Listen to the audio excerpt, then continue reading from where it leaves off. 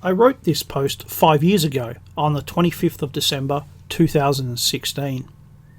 Merry Christmas from Melbourne, Australia, where today there was supposed to be a terrorist attack. Fortunately, the would-be terrorists were very vocal about their desire and they have been arrested. Their plan was to set off a bomb in Federation Square and to gun down people at Flinders Street Railway Station and at St Paul's Anglican Cathedral. All three are located on the same busy crossroad. Federation Square is where the first of the Reclaim Australia rallies were held in 2015. Once again, we have been told by our worthless politicians to go about our business without a care in the world. What they really want us to do is go without a thought in our head. They want us to pretend that the multicultural society that they have forced upon us isn't failing right before our eyes.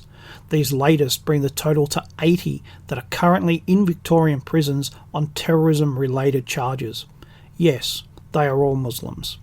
And our politicians are so very proud of how successfully they have created a peaceful multicultural society. But like everything liberalism says, it's simply another lie. The only reason 80 of them sit in jail is because they have big mouths, and we've been very lucky. How long will it be before we get our own Berlin moment? Last week, we had an African try to set a service station on fire. Fortunately, a tradesman saw what he was doing and used a fire extinguisher to drive him away. The tradesman then went to 3 police stations to report it.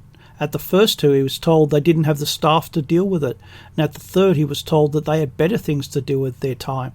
Later, police said they were not investigating the incident because no property was damaged.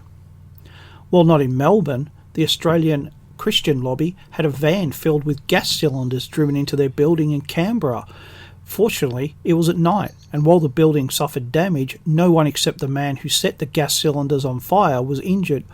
All we have been told is that the man is 35 years old, an Australian national, and he was seriously burned in the explosion that he set off. However, the police insist that it was not religiously, politically, or ideologically motivated. Here we have another man with no name, no race, no religion, and no motivation carrying out a terrorist act that the authorities insist isn't terrorism. The Liberal and Labor parties are parties of treason. They have created this problem without our approval or consent. This is their problem, created by them and maintained by them.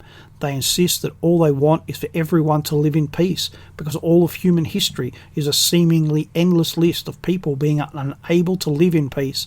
But no, they insist that this time it will work.